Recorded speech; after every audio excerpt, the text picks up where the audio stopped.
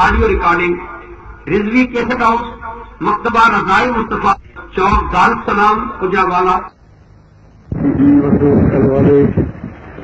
ونعوذ بالله من شرور أنفسنا ومن سيئات أعمالنا، من يهده الله فلا مضل له ومن يضلل فلا هادي له، ونشهد أن لا إله إلا الله وحده لا شريك له، ونشهد أن سيدنا وشفيعنا محمدا عبده ورسوله أرسله الله تعالى بالحق بشيرا ونذيرا وداعيا إلى الله بإذنه وسراجا منيرا.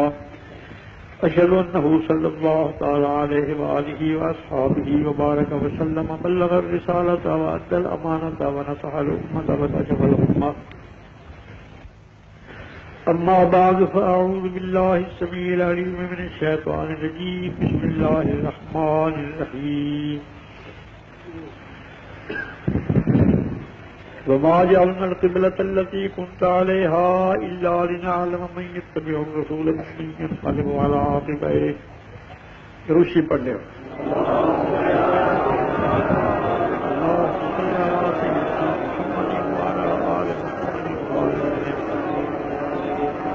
حضرات، اپنے معروضات پیش کرنے سے پہلے یہ وجہ بیان کرتا ہوں کہ میں عزیزم مولانا عمر اشرف صاحب سے پہلے کیوں بیان کر رہا ہوں.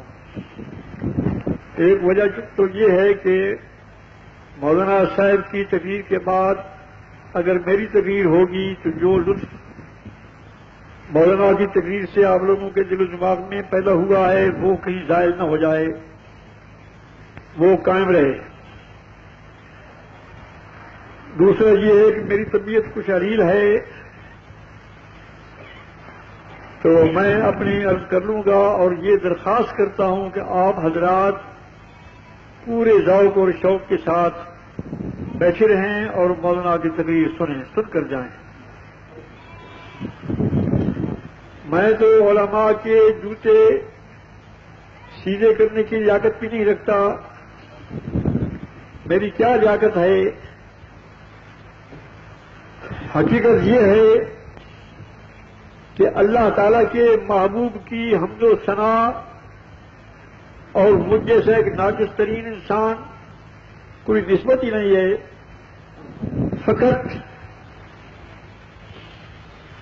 مقصد یہ ہے بیان کرنے کا کہ اللہ تعالیٰ مجھے بھی ان لوگوں میں شمار کرے کہ جو لوگ اللہ تعالیٰ کے محبوب کے ثنا خوان ہیں.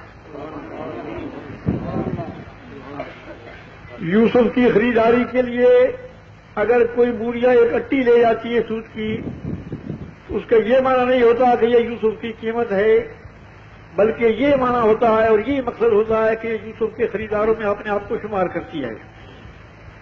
میرا دل اور دماغ اور زبان اس قابل نہیں کہ میں خدا کے محبوب کی ثنا کروں، بلکہ حقیقت یہ ہے کہ اللہ کے محبوب کی حمد و ثنا اللہ تعالیٰ کے بغیر بیان ہونا ناممکن ہے. اللہ تعالیٰ ہی بیان کر سکتا ہے. جب تک حقیقت معلوم نہ ہو کسی چیز کی اور ماہیت معلوم نہ ہو تو اس چیز کی تعریف نہیں ہو سکتی. حقیقت محمدیہ کا واقف عالم اللہ ہے، تو اللہ تعالیٰ جو حضور کی حمد و ثنا کرتا ہے اسی کا شان ہے اور اسی کو حق ہے. اسی لیے میں اپنی طرف سے کچھ بیان نہیں کروں گا. اللہ تعالیٰ نے جو اپنے محبوب کی شان بیان فرمائی ہے میں وہی بیان کروں گا. اس سے اندازہ لگایا جا سکتا ہے کہ حضور کا رب خدا، حضور کا خالق و مالک جب اپنے پیارے عبد کو یہ شان بخش رہا ہے تو حضور کے غلاموں کو کس قدر حضرت کی عزت اور شان بیان کرنا چاہیے. مگر لا يمكن الثناء كما كان حقه بعد الخدا بزرگتوی قصہ مختصر. میں حضرت غالب کے قول کے مطابق یہ بیان کروں گا. غالب ثنا خواجہ بیزداں گزاشتے کہاں ذات پاک مرتبہ دان محمد است.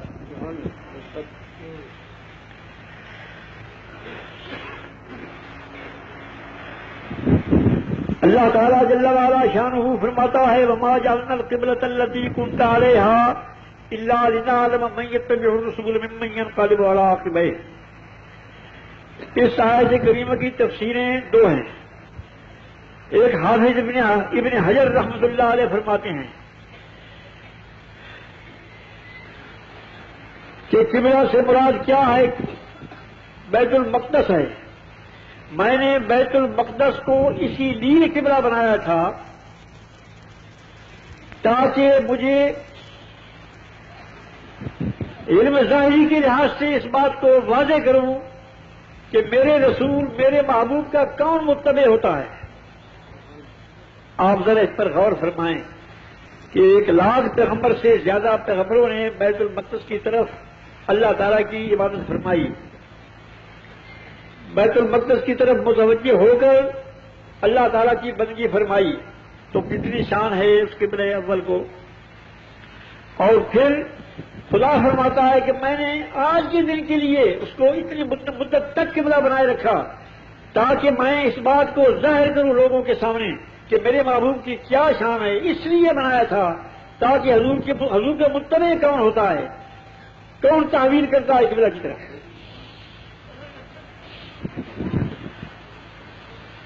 دوسری جگہ اللہ تعالیٰ فرماتا ہے جل وعلا شان فلا وربک لا یؤمنون حتی یحکموک فیما شجر بینہم. فرماتا ہے مجھے قسم ہے تیرے رب کی. رب العرش نہیں فرمایا اور رب الکعبہ نہیں فرمایا، مجھے تیرے رب کی قسم ہے. تو اس سے اللہ تعالیٰ اپنی شان ظاہر فرمایا کہ اللہ وہ ذات ہے جو محمد رسول اللہ کا رب ہے. نعرہ تکبیر، نعرہ رسالہ، نعرہ خلافت، قبلہ شیخ الاسلام. اللہ تعالیٰ جل وعلا شانہ فرماتا ہے لا اقسم بہذا البلد وانت حل بہذا البلد. اس کی بھی دو تفسیریں ہیں. ایک تو یہ ہے کہ جیسا نحو کا عام قاعدہ ہے کہ قسم سے پہلے لا زائدہ ہوتا ہے جس کو لا قسمیہ کہتے ہیں، جس کا یہ معنی ہے کہ مجھے قسم ہے اس شہر مکہ کی، میں قسم اٹھاتا ہوں اس شہر مکہ کی، لیکن ہر وقت نہیں. جس وقت اے میرے محبوب تیری یاد اس شہر میں ہو تو اس وقت میں اس شہر کی قسم اٹھاتا ہوں. کعبہ شریف بھی موجود ہے، رکن یمانی بھی موجود ہے، حجر اسود بھی موجود ہے، بیر زمزم بھی موجود ہے، مقام ابراہیم بھی موجود ہے. لیکن خدا فرماتا ہے مجھے اس کی کوئی ضرورت نہیں ہے، میں تو اس وقت اس شہر کی قسم اٹھاتا ہوں کہ جب میرا محبوب اس شہر میں ہو. تو آپ اندازہ لگاتے جائیے کہ حضور کا رب اپنے محبوب کی کیا قدر فرما رہا ہے اور کیا قدر بخشی ہے اور کیا شان فرما رہا ہے. دوسری تفسیر اس کی یہ ہے کہ لا قسمیہ زائدہ نہیں ہے، یہ استفہام انکاری ہے. یعنی اے میرے محبوب تیری ذات بھی اس شہر میں موجود ہو اور پھر میں اس شہر کی قسم نہ اٹھاؤں. کیوں نہ اٹھاؤں؟ کیا وجہ ہو سکتی ہے؟ تو بھی اس شہر میں موجود ہو اور پھر بھی میں اس شہر کی قسم نہ اٹھاؤں. یہی وجہ ہے کہ ہمارے تمام علماء ائمہ مجتہدین، امام اعظم رحمۃ اللہ علیہ، امام شافعی، امام مالک، امام احمد بن حنبل اور اصحاب ظواہر حضرت اسحاق بن راہوی اور حضرت داؤد ظاہری اور حضرت عبداللہ بن مبارک، ان حضرات کی تصریحات میں نے دیکھی ہیں. وہ فرماتے ہیں کہ رسول اللہ کے روضہ انور کا شان تمام عرش عظیم سے زیادہ، کعبہ شریف سے بھی زیادہ شان ہے حضور صلی اللہ علیہ وسلم کے روضہ پاک کا. اس پر اجماع امت ہے اور یہی دلیل پیش کرتے ہیں وہ علماء، وہ ائمہ دین کہ کعبہ شریف تو پہلے بھی موجود تھا. خدا فرماتا ہے کہ میں اس وقت قسم اٹھاتا ہوں جب میرا شہر اس میں موجود ہو. یہ شہر اس وقت قسم اٹھانے کے قابل ہے کہ جب میرے محبوب اس شہر میں موجود ہو.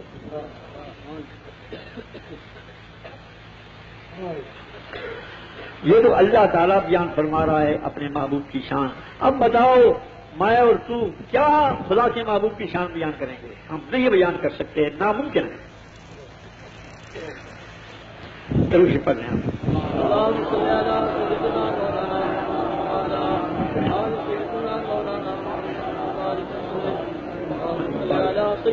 حضرات دنیا میں دو چیزیں ہوتی ہیں، ایک محبت اور ایک عداوت. دشمنی.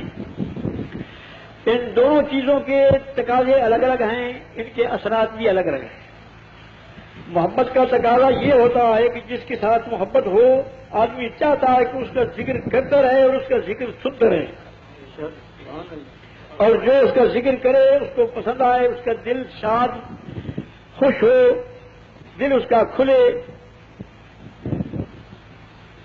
یہ محبت کا تقاضا ہے. اور دشمنی کا بھی ایک تقاضا ہوتا ہے کہ انسان دشمن کی تعریف نہیں سن سکتا، دشمن کی تعریف نہیں کر سکتا. کوئی شخص کسی دشمن کی تعریف کرے کسی کے سامنے، وہ اس کو اپنی مجلس سے اٹھا سکتا ہے تو اٹھا دے گا، ورنہ خود اٹھ جائے گا. اپنے کانوں سے دشمن کی تعریف کو نہیں سن سکتا. آپ اندازہ لگائیں کہ کوئی شخص کتابیں خرید کرتا ہے اس مقصد کے لیے کہ مجھے کہیں یہ مل جائے کہ خدا کے محبوب میں یہ عیب تھا، نقل کفر نواسا، یہ نقص تھا، یہاں علم کی کمی تھی، یہاں شان میں کمی تھی، یہ بات نہیں جانتے تھے. مقصد بھی اس کا یہ ہوتا ہے کتابیں خرید کرنے کا اور پڑھنے اور پڑھانے کا، یہ بلند آواز کے ساتھ لوگوں کو کانوں تک یہ پہنچا ہے کہ اللہ کے محبوب جس کے طفیل اللہ تعالیٰ نے حسن پیدا کیا، خلق تمام مکارم پیدا کیے، جس کے طفیل اللہ تعالیٰ نے بہشت کو پیدا کیا، جس کے طفیل اللہ تعالیٰ نے جنت کو پیدا کیا، جس کے طفیل اللہ تعالیٰ نے اپنی ربوبیت کو ظاہر فرمایا، جس کو اللہ تعالیٰ نے خزائن آسمانوں اور زمینوں کی چابیاں عطا فرما دی. خلقت مبرأ من كل عیب کأنک قد خلقت کما تشاء. اس ذات پاک کی کمالات کی ضدیں تلاش کرنا، اس ذات پاک کے متعلق برا عقیدہ تو خیر ہے ہی، برا عقیدہ پیدا کرنا یہ ہے دشمنی کا تقاضا. آپ دیکھیں کسی شخص کی محبت اپنے والد کے ساتھ ہے تو کوئی شخص اس کے والد کی تعریف کرے گا تو وہ کہے گا کہ بالکل ٹھیک کہتا ہے کہ بھائی بہت اچھا آدمی ہے، اور کسی کے دشمن کی تعریف کرے گا تو بتاؤ وہ سن سکے گا؟ کبھی نہیں سن سکتا. تو بس یہی فرق ہے. اور یہ بھی آپ یاد رکھیں کہ اللہ کے محبوب کی محبت یہ عینی ایمان ہے، اور حضور کے ساتھ محبت نہ ہونا یہ عین کفر ہے. صحیح ہے کی روایت ہے، لا یؤمن احدکم حتی اکون احب الیہ من والدہ وولدہ والناس اجمعین. تم میں سے کوئی ایماندار نہیں ہو سکتا تاوقتے کہ اس شخص کے دل میں میری محبت اس کے باپ سے زیادہ نہ ہو، اس کے بیٹے سے زیادہ نہ ہو، تمام لوگوں سے زیادہ نہ ہو. اتنے تک کوئی بھی مسلمان نہیں ہو سکتا. ہمیشہ حج کرتا رہے، ہر سال حج کرتا ہے، ہر وقت سجدے کر رہا ہے، تمام مال لٹا رہا ہے، جہاد کرتے کرتے قتل ہو گیا ہے، لیکن حضور کی محبت سے محروم ہے تو وہ کافر ہے. اس پر اجماع امت ہے. گناہگار سے گناہگار ہے لیکن حضور کی محبت کی نعمت عظمیٰ اس کو نصیب ہے تو وہ پکا مسلمان ہے. نعرہ تکبیر، نعرہ رسالت، نعرہ خلافت، ان اللہ یغفر الذنوب جميعا. انہی لوگوں کے حق میں ہے. قل یا عبادی الذین اسرفوا علی انفسہم، یا رسول اللہ اپنے غلاموں کو فرما دیجئے، ان لوگوں کو کہ جن لوگوں نے اپنے نفسوں پر ظلم کیا ہے، گناہ کیے ہیں، ان کو فرما دیں کہ اللہ کی رحمت سے نا امید نہ ہو جاؤ. تمہیں نعمت عظمیٰ خدا کے محبوب کی محبت جب نصیب ہے تو خدا کے محبوب کی اللہ تعالیٰ کی رحمت سے، اس کے غفران سے، اس کی بخشش سے نا امید نہ ہو جاؤ. تمہارے تمام گناہ بخش دے گا وہ.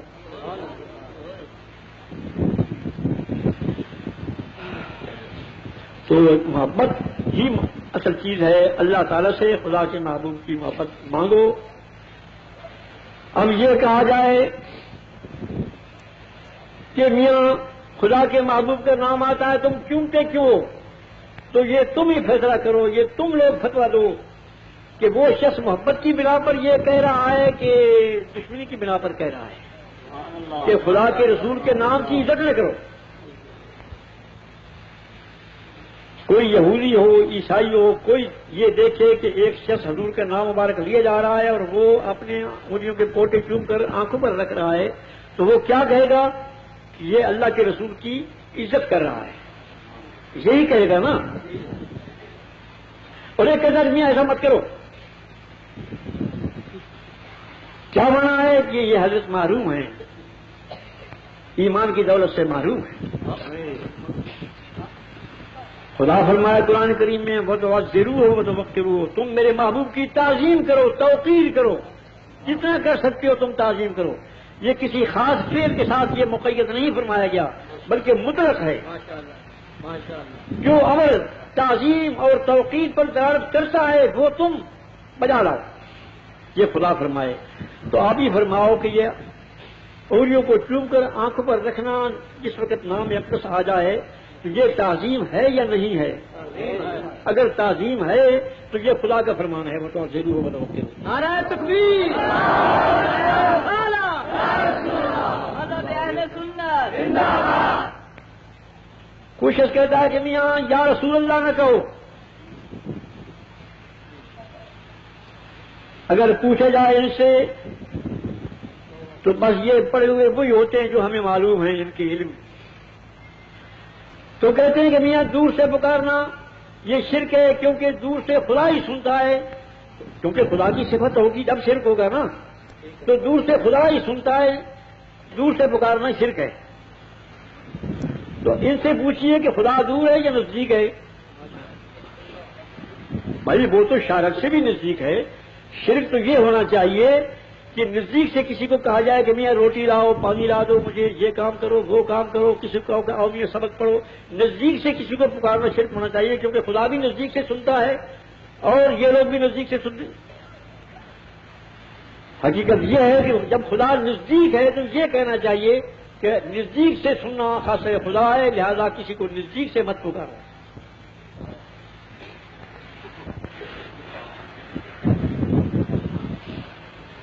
لیکن نہیں جانتے کہ اللہ تعالیٰ نے اپنے محبوب کو کیا رتبہ بخشا ہے. اللہ تعالیٰ نے اپنے محبوب کو اپنے اسماء گرامی بخش دیے ہیں. رؤوف الرحیم یہ خدا کا نام ہے یا نہیں ہے؟ بسم اللہ شریف میں دیکھیے بسم اللہ الرحمن الرحیم. اور اللہ تعالیٰ فرماتا ہے کہ میرے رسول رؤوف الرحیم ہے. قرآن کریم میں دیکھیے وبالمؤمنین رؤوف الرحیم لقد جاءکم رسول من انفسکم عزیز علیہ ما عنتم حریص علیکم بالمؤمنین رؤوف الرحیم.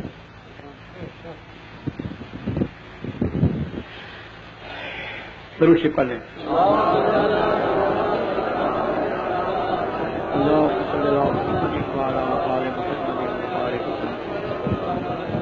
ذات اقدس کے متعلق اللہ تعالیٰ قرآن کریم میں فرماتا ہے وَيَكُونَ الرَّسُولُ عَلَيْكُمْ شَهِيدًا. قیامت کے دن میرا بڑے شان والا رسول تم سب پر گواہ ہوگا. اور علیکم کا مخاطب کون ہے؟ صرف صحابہ کرام نہیں ہیں، یاد رکھو. اگر کہو کہ مخاطب صرف صحابہ کرام ہیں تو پھر نماز، روزہ، حج، زکوٰۃ کے تمام ان کے مخاطب بھی صحابہ کرام تھے، ہم نہیں ہیں. اور کتب علیکم الصیام یہ صحابہ کرام کو خطاب ہے، ہم نہیں ہیں. علیکم کے مخاطب کون ہیں؟ تمام امت محمدیہ صلی اللہ علیہ وسلم.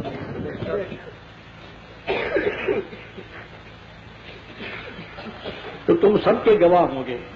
گواہ کس بات کے ہوں گے؟ ہمارے اچھے اعمال کی گواہی دیں گے، بدعمالیوں کی گواہی دیں گے.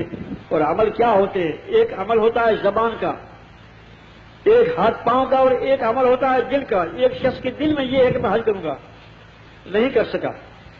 ایک شخص کے دل میں یہ ہے کہ میں فلاں غریب کو اتنے روپے دوں گا، نہیں دے سکا، پہلے مر گیا ہے. تو اس پر اس کو ثواب ملے گا یا نہیں ملے گا؟ یقیناً ثواب ملے گا. انما الاعمال بالنیات. تو اس کی بھی رسول اللہ گواہی دیں گے کہ میرے رسول گواہ ہوگا تم سب پر کہ فلاں میری امتی کے دل میں یہ اچھا خیال آیا تھا، فلاں کے دل میں یہ اچھا خیال آیا تھا.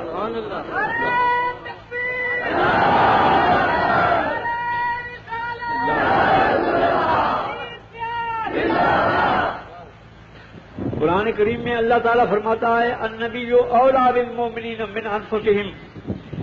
میرا بڑے شان والا نبی تمام مسلمانوں کے دلوں سے، ان کے ادراک سے، ان کے ذہن سے قریب تر ہے۔ اب اسی کو آپ سوچیں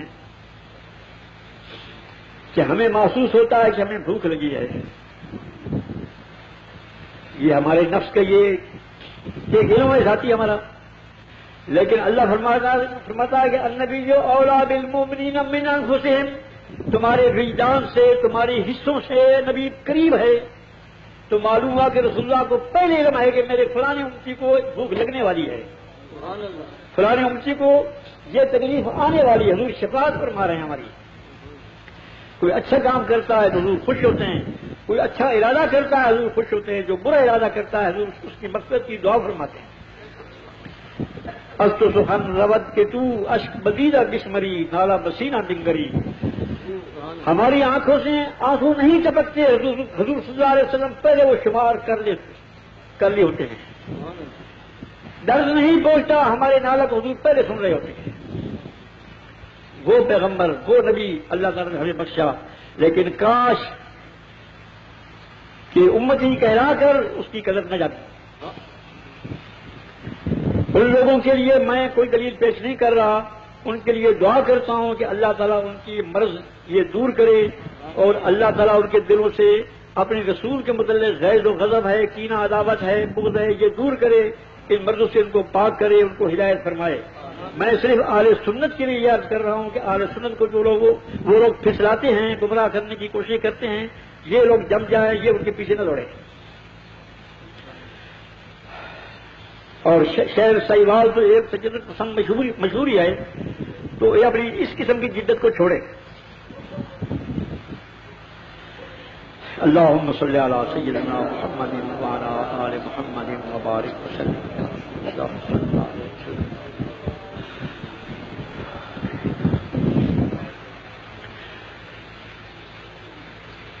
ہمیں یہ دیکھنا ہے کہ اہل سنت والجماعت اللہ تعالیٰ کے ولیوں کی مزاریں چومتے ہیں، محبوب خدا صلی اللہ علیہ وسلم کی مزار اقدس، آج کل تو خیر وہ کرن شیطان ہے، مگر جب نہیں تھا تو اس وقت حضور کے روضہ اثر کے سامنے لوگ جھک کر زمین چومتے تھے۔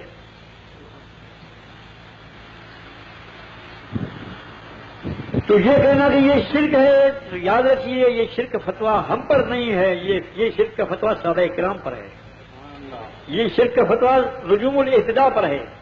حضور فرماتے ہیں میرے صحابہ ہدایت کے ستارے ہیں، تم جن کی پیروی کرو گے ہدایت پاؤ گے۔ آپ دیکھیں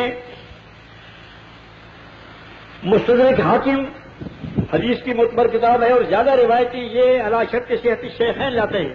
بخاری اور مسلم کی جو شرائط صحت ہیں، انہی شرائط پر یہ اپنی کتاب میں حدیثیں لاتے ہیں۔ یہ تو جلد 4 صفحہ 515 پر یہ حدیث موجود ہے کہ حضور کے صحابہ رسول اللہ کی مزار مبارک پر، حضور کے قدموں پر اپنے چہرے رکھتے تھے،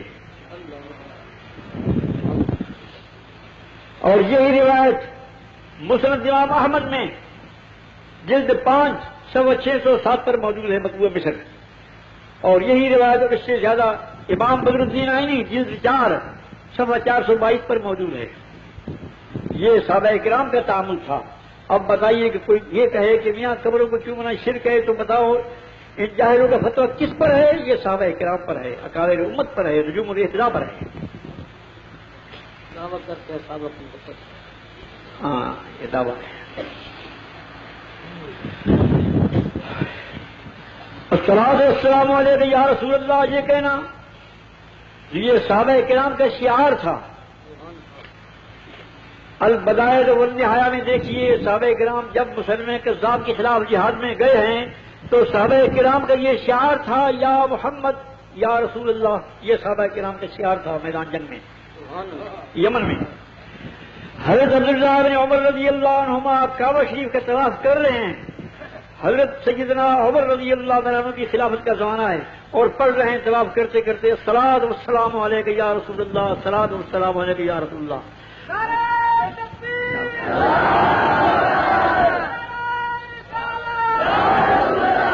حضرت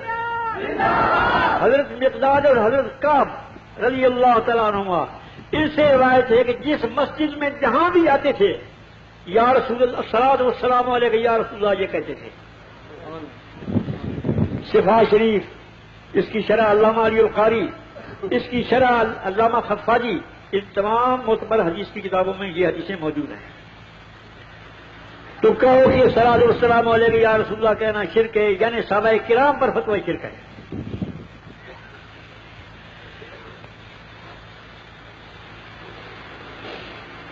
صحیح حدیثوں میں موجود ہے، صحابہ کرام سے یہ روایتیں فرماتے ہیں کہ روح کا جسد ہی وجسد روح کا روح ہی، حضور کا روح انور اور حضور کا جسد اطہر یہ ایک چیز تھی، روح ہی روح تھے حضور صلی اللہ علیہ وسلم۔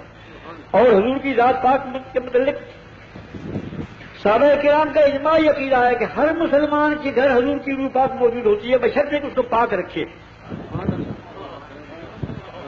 اب بھی کہو کہ حاضر ناظر نہیں ہے، بلکہ اسی بات کو دیکھ لو کہ ہم پڑھتے ہیں اشہد ان لا الہ الا اللہ، کہ ہم گواہی دیتے ہیں کہ اللہ کا کوئی شریک نہیں۔ کہاں؟ آسمانوں میں اس کا کوئی شریک نہیں، زمینوں میں اس کا کوئی شریک نہیں، سمندر کی گہرائیوں میں اس کا کوئی شریک نہیں، پہاڑوں کی چوٹیوں پر، پہاڑوں کی گھاٹیوں میں کہیں بھی اس کا کوئی شریک نہیں، ہم یہی کہتے ہیں نا۔ تو بتاؤ آپ کیسے گواہی دیتے ہیں؟ آپ نے آسمان سب دیکھے، آپ نے سمندر کی گہرائیوں کو دیکھا، آپ کی نگاہ وہاں پہنچی ہے، پہاڑوں کی گھاٹیوں کو آپ نے دیکھا، جنگلوں کے ذرات کو آپ نے دیکھا، تو سفید اس کے نہیں دیکھا، تو پھر کیسے کہتے ہیں کہ ہم گواہی دیتے ہیں کہ اللہ تعالیٰ کا کہیں بھی کوئی شریک نہیں؟ یہ گواہی ہماری شہادت ہے۔ ایک مقدس ہستی نے دیکھا ہے، ایک مقدس ہستی کی نگاہ ہر جگہ پر موجود ہے، جو فرما رہی ہے کہ اشہد ان لا الہ الا اللہ، ہم بھی کہتے ہیں کہ اشہد ان لا الہ الا اللہ۔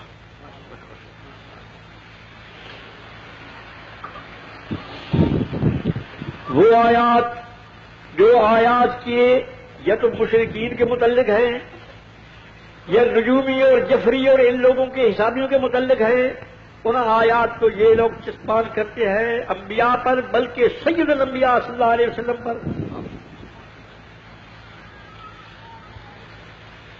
جو نجوم کے اعتبار سے، جفر کے اعتبار سے، کسی حساب کے اعتبار سے، یہ جنوں کی خبروں سے غیب کی باتیں بتاتے تھے۔ تو اللہ تعالیٰ فرماتا ہے کہ اللہ تعالیٰ کے بغیر یہ کچھ نہیں جانتے۔ زمین آسمان میں، اور جس ہستی اقدس کا معراج تمام آسمانوں سے اوپر ہے، وہ تو من فی السماوات والارض میں نہیں نا بھائی۔ آپ سوچ رہے ہیں کہ جس کی معراج 7 آسمانوں سے اوپر ہے۔ ایک بات یہ بھی عرض کر لوں، عجیب عجیب ہوتے ہیں، اصل میں دل میں مرض ہو تو اس کا تقاضا جیسا کہ میں عرض کر چکا ہوں وہ ضرور ہوتا ہے۔ ایک صاحب کہنے لگے کہ دیکھو اگر حضور اکرم صلی اللہ علیہ وسلم کو علم غیب ہوتا تو جب موسیٰ علیہ السلام نے عرض کی تھی کہ یا رسول اللہ 50 نمازیں بہت ہیں، ان کو گھٹائے، تو 5 کم ہوئی، پھر عرض کی کہ یا رسول اللہ 45 بھی بہت ہے، اس کو بھی گھٹائے، پھر 5 کم ہوئی، پھر اسی طریقے پر 9 دفعہ حضور تشریف لے گئے اور 9 دفعہ 5 کم ہوتی ہوتی ہیں، آخر 5 آ کر رہ گئی۔ اللہ تعالیٰ موسیٰ علیہ السلام کا بھلا کرے، بھائی انہوں نے تو بڑی مہربانی کی تھی، وہ تو بالکل صفایا کرنے والے تھے، مگر خیر ہماری حالت کو دیکھ رہا تھا خدا کا پیغمبر۔ تو وہ کہتے ہیں کہ اگر حضور کو علم ہوتا تو پہلی دفعہ عرض کر دیتے کہ یا رسول اللہ 50 ووٹیں بس 5 کافی ہیں۔ Audio recording Razvi cassette house, مکتبہ رضائی مصطفیٰ، چوک دارالسلام اجاوالا۔ یہ وہ ہستی ہے، میں نے تو صرف طور پر اللہ تعالیٰ کے دیدار کی گزارش کی تھی، عرض کی تھی، اپیل کی تھی، جس کو منظور نہیں فرمایا گیا، بلکہ یہ فرمایا کہ تم پہاڑ کی طرف دیکھو اے موسیٰ، اگر پہاڑ اپنی جگہ پر قائم رہا تو یہ سمجھو کہ تم دیکھ سکتے ہو، ورنہ تم کیسے دیکھ سکتے ہو۔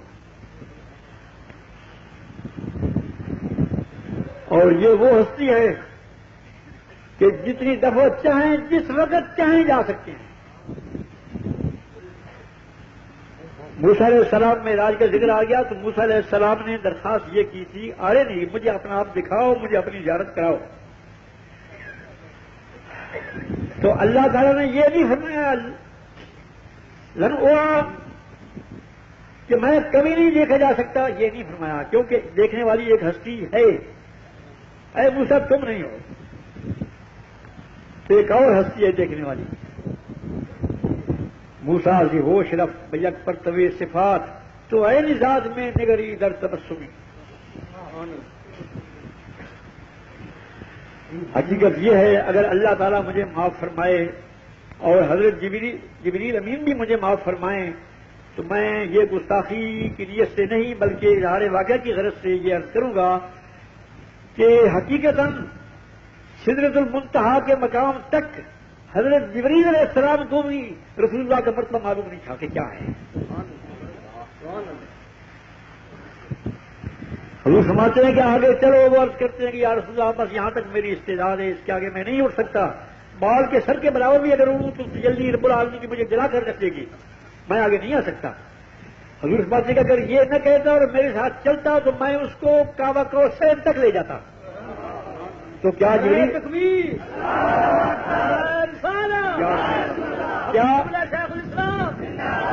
کیا حضرت جبریل علیہ السلام رب العالمین کے دیدار نہیں چاہتے تھے؟ یقیناً چاہتے تھے، ان کی عین یہ مدعا تھا، ان کا یہ تقاضا تھا طبیعت کا، مگر یہ مرتبہ اس وقت ان کو حاصل نہیں تھا کہ میں کس ہستی کے ساتھ جا رہا ہوں، یہ کون ہستی ہے، یہ محبوب ہے، یہ وہ ہستی ہے جس کے طفیل اللہ تعالیٰ نے تمام کائنات کو پیدا کیا ہے۔ آپ یہ دیکھیں ابو بشر کون ہے؟ حضرت آدم علیہ السلام، یعنی تمام بشر کا باپ۔ اللہ تعالیٰ فرماتا ہے انی خالقم بشرن، اب میں بشر کو پیدا کرنے والا ہوں۔ تو سب سے پہلا بشر حضرت آدم علیہ نبینا علیہ السلام ہیں، جو مسجود ملائکہ ہیں، جن کو سجدے کرنے کا حکم ہوا تمام ملائکہ کو، اجمعون کلہم ملائکہ نے سجدہ کیا، گر کر سجدہ کیا۔ حضرت ابو بشر جب آدم علیہ السلام پیدا ہوئے تو انہوں نے دیکھا عرش معلیٰ کی قندیلوں پر یہ لکھا ہوا تھا لا الہ الا اللہ محمد رسول اللہ۔ کنز الاموال کی روایت اور باقی حدیث کتابوں میں بھی آئی ہے۔ تو پوچھتے ہیں اللہ لا الہ الا اللہ کا معنی تو مجھے معلوم ہے، تیرے بغیر کوئی الہ نہیں ہے، مجھے فرما دے محمد رسول اللہ کا کیا مطلب ہے؟ تو یہ نہیں فرمایا گیا کہ وہ ایک پیغمبر ہوگا، تیری اولاد میں سے ہوگا، یہ نہیں فرمایا گیا، بلکہ کسی حد تک تعبیری کلمات تھے۔ یا آدم لولا محمد لما خلقتک، اے آدم اگر محمد نہ ہوتا تو میں تمہیں بھی پیدا نہ کرتا، تم تو طفیلی ہو محمد کے صلی اللہ علیہ وسلم۔ تو جو طفیلی ہستی تھی اس کو تمام ملائکہ گر کر سجدہ کر رہے ہیں، اور جس کے طفیل آدم علیہ السلام پیدا ہوئے، مسجود ملائکہ پیدا ہوئے، اس ہستی کے ادب اور تعظیم بدعت ہے، شرک ہے۔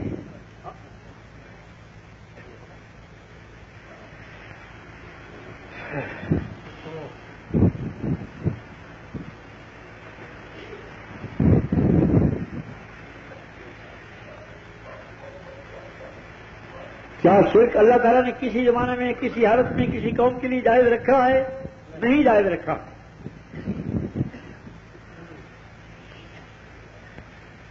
اور فرشتوں سے زیادہ کون موحد ہو سکتا ہے؟ اور جس شخص نے سجدہ نہیں کیا وہ اکڑ کر کھڑا رہا۔ اس نے کیا دلیل پیش کی تھی؟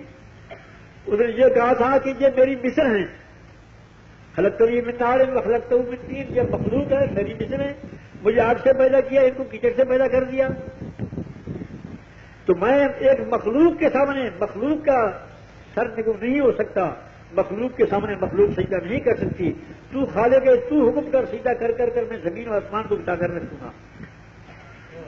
تو اللہ تعالیٰ نے فرمایا فخرج ان علیک لعنتی الی یوم الدین، نکل جاؤ تم پر خدا کی لعنت ہے، قیامت تک میری لعنت ہے، تمہیں توبہ نصیب بھی نہیں ہوگی، تمہیں توبہ کا خیال بھی نہیں آئے گا، تمہارے دلوں سے اور دماغوں سے توبہ کا استعداد بھی نکل گئی ہے،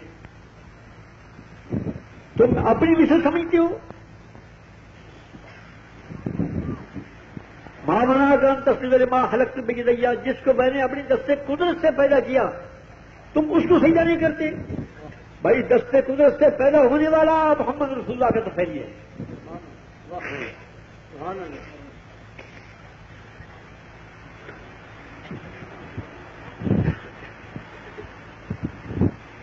اصل یہ تو الگ بات ہے کہ یہ لوگ بہت ناواقف ہیں علوم دینیہ سے، آداب شریعہ سے، کہ جو ہر بات پر بدعت، ہر بات پر شرک، جس چیز کا علم نہ ہو، جو حدیث معلوم نہ ہو، بدعت ہے، اور علم حد سے زیادہ محدود.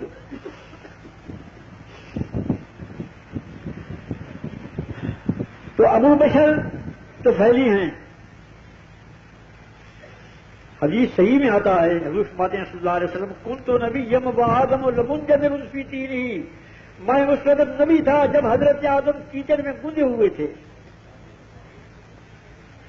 کنت نبیم و آدم بین الماء والطین، میں اس وقت بھی نبی تھا جب آدم پانی اور مٹی میں تھے، جسم بھی نہیں بنا تھا، اس وقت میں نبی تھا صلی اللہ علیہ وسلم. اللہ درود سے پڑھ لیں. اللہم صل علی محمد وعلی آل محمد وبارک وسلم. ابو البشر ابھی کیچڑ میں تھا، ابو البشر کا ابھی جسم بھی نہیں بنا تھا، تو جو ہستی پہلے نبی ہے اس ہستی کی حقیقت کو تم منحصر فی البشریت کیسے کہہ سکتے ہو؟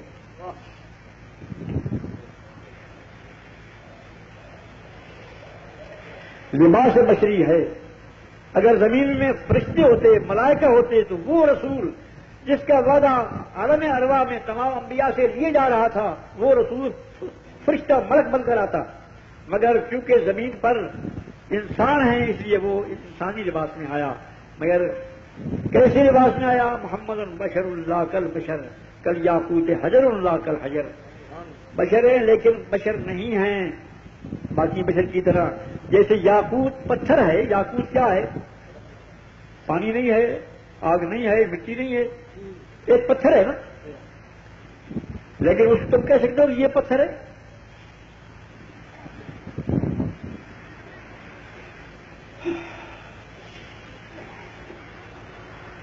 تو حضور کی ذات کو اپنی مثل کہنے والے اسی اپنے استاد کی شاگرد ہے جس نے کہا تھا کہ اسجد لبشر خلقتہ من نار خلقتنی من نار وخلقتہ من طین، یہ اسی کی شاگرد ہیں. مذہب اہل سنت زندہ باد، مذہب اہل سنت زندہ باد.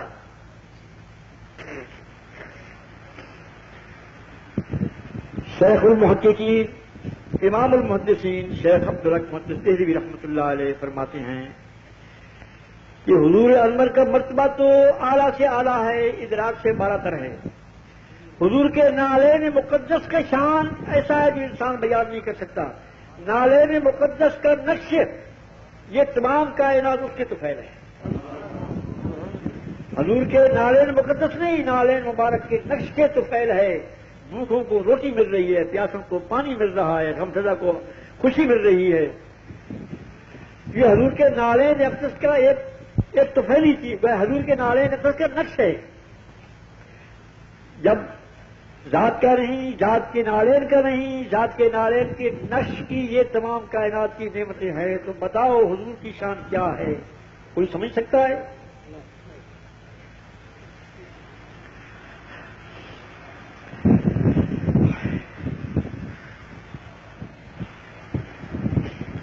اور یہ بھی عرض کروں کہ جتنے معجزے اللہ تعالیٰ نے پہلے پیغمبروں کو عطا فرمائے ہیں، جن پر ہم سب مسلمانوں کا ایمان ہے، اور وہ لوگ تمام خدا کے سچے پیغمبر تھے، تمام کے تمام معجزے جتنے آپ جس پیغمبر کے دیکھیں تو وہ محدود ہیں. حضرت موسیٰ علیہ السلام کا معجزہ تو جہاں بھی آپ بائبل کو دیکھیں یا قرآن کریم میں یا حدیثوں میں ذکر آتا ہے اشیاء میں، تو وہ یہی ہے کہ عصا پھینکا تو وہ سانپ بن گیا، اژدہا بن گیا. عصا پتھر پر مارا تو پانی نکل پڑا اس سے، اور دریا کو پایاب کیا، اور من اور سلوہ ان کے طفیل نازل ہوا. حضرت عیسیٰ علیہ السلام کا معجزہ مردے کو زندہ فرمایا. یا یہ فرماتے تھے کہ جو کچھ تم کھا کر آئے ہو، یہ گھر رکھ کر آئے ہو، میں تمہیں بتا دوں. یا کوڑی اور جزامی ابرسی کو ہاتھ پھیر کر درست فرما دیتے تھے. داؤد علیہ السلام کا معجزہ کہ فولاد کو بالکل موم کر دیتے تھے اپنے ہاتھ مبارک مقدس میں لے کر، اور زبور پڑھتے تھے تو دریا کا بہاؤ رک جاتا تھا. لیکن یہ معجزے تمام محدود تھے. جس جگہ پر قوم نے مطالبہ کیا اس جگہ پر یہی معجزے دیے. وہ ہستی جس نے فرمایا سرونی معاشے تم جو چاہو مجھ سے پوچھو، وہ ایک ہستی ہے محمد رسول اللہ کی. نعرہ تکبیر، نعرہ رسالہ، نعرہ خلافت، شیخ الاسلام، مولانا علی خیال شریف. یہ نہیں فرمایا کہ اگر تم مجھے پیغمبر نہیں مانتے تو آؤ دیکھو کہ میں یہ کرتا ہوں، میں وہ کرتا ہوں. یہ نہیں، تم جو چاہو پوچھو. سرونی معاشے تم جو چاہو پوچھو. چنانچہ کسی نے یہ کہا کہ میرا باپ کون ہے؟ حضور نے کہا کہ تیرے باپ حذیفہ ہے. میری اونٹنی کو میں کہاں ہے؟ فلاں جنگل میں پیروں کے درخت کے ساتھ اس کی مہار لٹکی ہوئی، جاؤ پکڑ لو. اجوری رات میں مختلف پہاڑوں سے کنکریاں چن کر اس نے اپنی مٹھی میں دی اور اوپر کپڑے میں بیچ کر آتا ہے اور کہتا ہے کہ اگر آپ پیغمبر ہے تو فرمائیے کہ میرے ہاتھ میں کیا الفت ہے کہ میں کہوں یہ جو چیز تیرے ہاتھ میں وہ کہہ دے. یہی نہیں کہ حضور صلی اللہ علیہ وسلم یہ جان گئے تھے کہ اس کے ہاتھ میں کنکریاں ہیں، بلکہ حضور صلی اللہ علیہ وسلم نے اس کو ایک انسان کامل کی عقل بخش دی ایک ایک کنکری کو. چنانچہ وہ کلمہ پڑھنے لگی اور کہا کہ اس حضرت اللہ نے ہمیں فلاں فلاں پہاڑی سے چنا اور یہ لایا ہے اور یہ وہ اشہد ان لا الہ الا اللہ و اشہد ان محمد رسول اللہ. وہ کہنے لگی. کس نے کہا کہ یہ چاند دو ٹکڑے ہو جائے. حبیب یمنی نے یہ سوال کیا تو وہ ہو گیا. کسی نے کہا کہ وہ درخت یہاں آ جائے، اس میں کہ جاؤ تم یہ پکڑ کر لاؤ اس کو. تو یہ نہیں کہ خود یہ اختیار مبارک تھا بلکہ اختیار دینے والے تھے. عیسیٰ علیہ السلام مردے کو زندہ کرنے والے تھے باذن اللہ، لیکن عیسیٰ بنانے والے نہیں تھے. حضور اکرم صلی اللہ علیہ وسلم نے عیسیٰ بنائے. حضرت جابر کی روایت دیکھیے. حضور کی دعوت فرماتے ہیں. دو شہزادے ہیں حضرت کے. جو بڑا لڑکا ہے چھوٹے بھائی سے کہنے لگا کہ آؤ میں تمہیں اس طرح ذبح کروں کہ جس طرح ہمارے باپ نے بکری کو ذبح کیا ہے. چنانچہ اپنے بھائی کو اس نے ذبح کر دیا، گردن کاٹ دی اور گھبرا کر مکان کی چھت پر چڑھا ہے. دوسری طرف گر گیا، اس کی گردن کی ہڈی ٹوٹ گئی. دو لڑکے تھے، ایک کی گردن کٹ گئی، ایک کی گردن ٹوٹ گئی. دونوں وفات پا گئے. سرکار تشریف لاتے ہیں، فرماتے ہیں کہ جابر تیرے لڑکے کہاں ہیں؟ ان کو بلاؤ. پہلے تو عرض کی کہ یا رسول اللہ وہ کھیل رہے ہوں گے، کہیں آ جائیں گے، اور گھر منع کر دیا تھا کہ خبردار کوئی غم کا اظہار نہ کرنا، آنسو نہ بہانا، رسول اللہ تشریف لا رہے ہیں، حضور کی طبیعت مبارک پر کسی قسم کا تقدر نہ ہو جائے. فرمایا کہ جاؤ ان کو بلا لو. تو حضرت جابر سمجھتے تھے کہ یہ عیسیٰ نہیں، عیسیٰ بنانے والے ہیں. تو جا کر کہا کہ بچے اٹھو تمہیں رسول اللہ بلا رہے ہیں. تو دونوں اٹھ کر کھڑے ہو گئے اور آ گئے.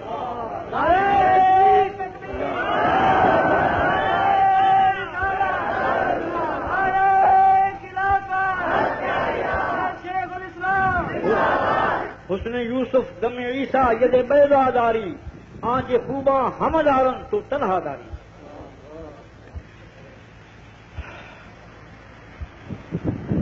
یہی نہیں بلکہ لاکھوں معجزے ہیں حضور صلی اللہ علیہ وسلم کے، اور صرف ہماری اسلامیات میں نہیں ہیں بلکہ غیروں کی کتابوں میں یہ موجود ہیں. حضرت عیسیٰ علیہ السلام فرماتے ہیں، انجیل یوحنا جو آج بھی پادریوں کے بغلوں میں ہے اس میں یہ موجود ہے کہ میرے بعد آنے والی وہ ہستی ہوگی جن کی جوتیوں کا تسمہ میں کھولنے کی لیاقت نہیں رکھتا. تو حضرت یسوع مسیح جن کے جوتیوں کا تسمہ کھولنے کی لیاقت نہیں رکھتے، اس ذات پاک کے متعلق کوئی ایرا خیرا رتو خیرا یہ کہے کہ حضور یہ نہیں جانتے تھے، وہ نہیں جانتے تھے، جو حضور کی تعریف کریے.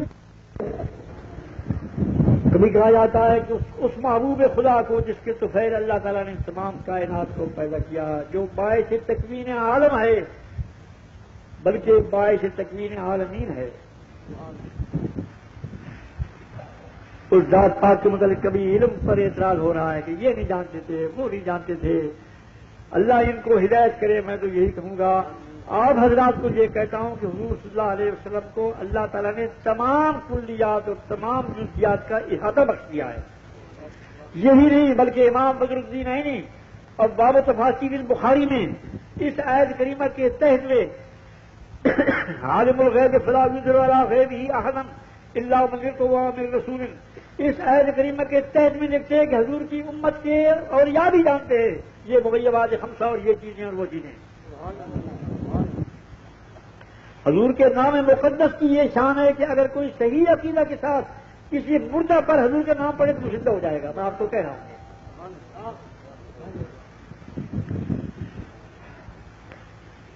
غرضے کے بعد از خدا بزرگ توئی قصہ مختصر، تمام کائنات کا مختار کل فی الکل حضور محمد رسول اللہ کی ذات اقدس ہے۔ اللہ تعالی ہمارے دلوں میں حضور کی محبت پیدا کرے اور قائم رکھے، ہم مریں اسی محبت میں، ہم قبر میں اسی محبت میں اٹھیں، حشر میں اسی محبت میں رہیں، یہ نعمت عظمیٰ ہے، خدا نصیب فرمائے۔ میں زیادہ عرض کرتا مگر مجھے اس وقت سخت تکلیف ہے درد کی، میں آپ حضرات کا زیادہ وقت نہیں لے سکتا۔ اب میں درخواست کروں گا کہ تمام حضرات مولانا محمد اشرف صاحب کی تقریر سنیں، وہ ایک عالم ہیں اور ہمارے دارالعلوم کے وہ حدیث کے استاد ہیں، شیخ الحدیث ہیں، وہ آپ کو تقریر سنائیں گے۔ کوئی شاید نہ اٹھے، میری یہ درخواست منظور کریں۔ نعرہ تکبیر، نعرہ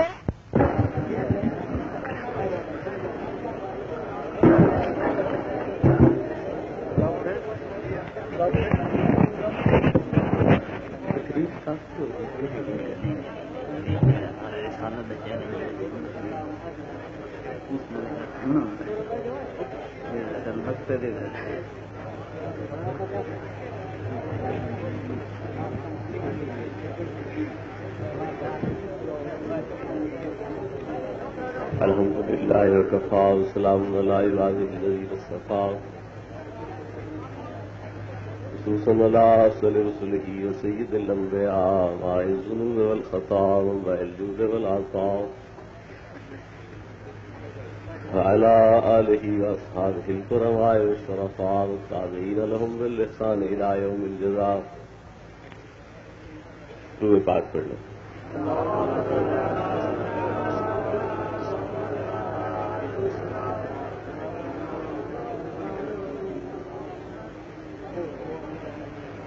حضرت قبلہ شیخ الاسلام دامت برکاتہ العالیہ دے نورانی ارشادات تو بعد جس محبت جس عقیدت کے نال وہ الفاظ نکل رہے ہیں، انہاں الفاظ دے سنن تو بعد میں جے ناقص نااہل آدمی دی جرت اور ہمت نہیں پاندی کہ میں کسی جگہ اتنے کھڑے ہو کے مزید کچھ گزارش کرا، لیکن حضور دے بار بار ارشادات تو بعد اس نیت اور ارادے اتنے کہ آپ کے سامنے بیان کردے ہویا میرے جو نقص اور خامیاں حضور ملاحظہ فرماسن، آپ اپنے کرم کریمانہ دے نال انہاں دا تدارک اور مداوا فرماسن۔ اس واسطے انہاں دے ارشاد دی تعویل کردیا ہویا مختصر دے الفاظ دے اندر اپنا نذرانہ عقیدت بارگاہ مصطفیٰ صلی اللہ علیہ وسلم دے اندر پیش کرنے کی سعادت حاصل کرنا چاہتا۔ اللہ رب العزت نے ارشاد فرمایا لا تجعلوا دعاء الرسول بینکم کدعاء بعضکم بعضا، اے میرے محبوب کی امت، میرے محبوب کے بلانے کو، میرے محبوب کے یاد کرنے کو تم آپس میں اس طرح نہ سمجھو جس طرح کے ایک دوسرے کے پکارنے کو سمجھتے ہو۔ تم ایک دوسرے کو پکارو، تم مرضی آئے اس آدمی کی جسے پکار رہے ہو تو تمہاری بات سنے، مرضی آئے نہ سنے، سننے کے بعد اس کی تعمیل کرے نہ کرے یہ اس کی مرضی ہے، لیکن جب میرے محبوب صلی اللہ علیہ وسلم تمہیں پکارے تو پھر تمہیں یہ اختیار نہیں ہے کہ تم میرے محبوب کی خدمت میں حاضری نہ دو. تم کہیں بھی کھڑے ہو، کسی بھی ضروری سے ضروری کام میں مصروف اور مشغول ہو، لیکن جب میرا محبوب محمد مصطفیٰ صلی اللہ علیہ وسلم پکارے تو تمہیں فوراً ان کی خدمت میں حاضر ہو جانا چاہیے. تمہیں کسی قسم کے پس و پیش کی یا دیر کرنے کی گنجائش نہیں ہے. اگر تم میری نماز میں کیوں نہ کھڑے ہو تو میں تمہیں یہ حکم دیتا ہوں کہ میری نماز کو چھوڑ دو اور محمد مصطفیٰ صلی اللہ علیہ وسلم کی بارگاہ میں فوراً حاضر ہو جایا کرو. حضور اکرم صلی اللہ تعالی علیہ وسلم نے اپنے ایک غلام کو یاد فرمایا. حضرت ابو سعید ابن معلہ رضی اللہ تعالیٰ عنہ کو آواز دی. وہ نماز پڑھ رہے تھے، وہ نماز پڑھتے رہے، جلدی جلدی فارغ ہوئے، مکمل کر کے حضور صلی اللہ علیہ وسلم کی خدمت میں حاضر ہوئے. تو حضور نے فرمایا دیر کیوں لگائی ہے؟ عرض کی حضور میں نماز پڑھ رہا تھا، اللہ کی عبادت میں مشغول تھا، میں نے جلدی جلدی اسے مکمل کیا ہے، پھر آپ کی خدمت میں حاضر ہو گیا ہوں. تو حضور نے فرمایا اے میرے صحابی، کیا تو نے اللہ کا یہ حکم نہیں سنا کہ یا ایھا الذین آمنوا استجیبوا للہ وللرسول اذا دعاکم؟ اے ایمان والو، جب میں اللہ کا پیغام تمہیں پہنچے، میرے محبوب محمد مصطفیٰ صلی اللہ علیہ وسلم کا پیغام تمہیں پہنچے تو استجیب، فوراً خدمت میں حاضر ہو جایا کرو. پہلے ذکر دو کیے گئے ہیں کہ اللہ کا پیغام پہنچے، اللہ کے رسول کا. استجیبوا للہ وللرسول، حاضری دو کہاں؟ اللہ کی بارگاہ میں، اللہ کے رسول کی بارگاہ میں. کب؟ اذا دعاکم، جب تمہیں بلائیں. کون بلائیں؟ محمد مصطفیٰ صلی اللہ علیہ وسلم. تو بلانے والی ایک ہستی ہے لیکن حاضری دو کے متعلق فرمائی گئی ہے. بلائیں میرے نبی پاک، حاضری کہاں دو؟ اللہ کی بارگاہ میں، اللہ کے رسول کی بارگاہ میں. تو اللہ نے یہ واضح کر دیا کہ محمد مصطفیٰ کی بارگاہ میں حاضری وہ میں خدا کی بارگاہ میں حاضری ہے. ان کا بلانا میرا بلانا ہے اور ان کا حکم میرا حکم ہے، ان کی تعمیل میری تعمیل ہے، ان کی بارگاہ میری بارگاہ.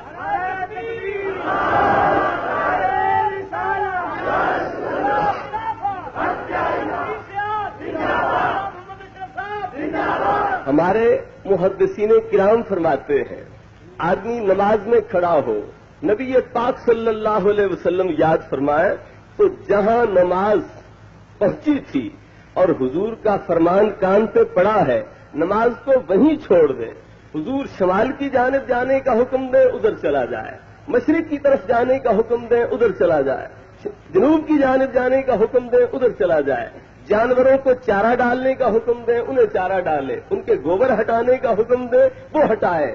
اور جب وہ کام مکمل کر لے تو جہاں نماز کو چھوڑ کے گیا تھا وہیں سے آ کے شروع کر لے، اس کی نماز نہیں ٹوٹتی.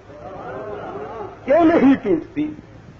اگر اس نے قبلہ سے منہ پھیرا ہے تو اس ذات کی طرف منہ کیا ہے جو قبلے کا بھی قبلہ ہے.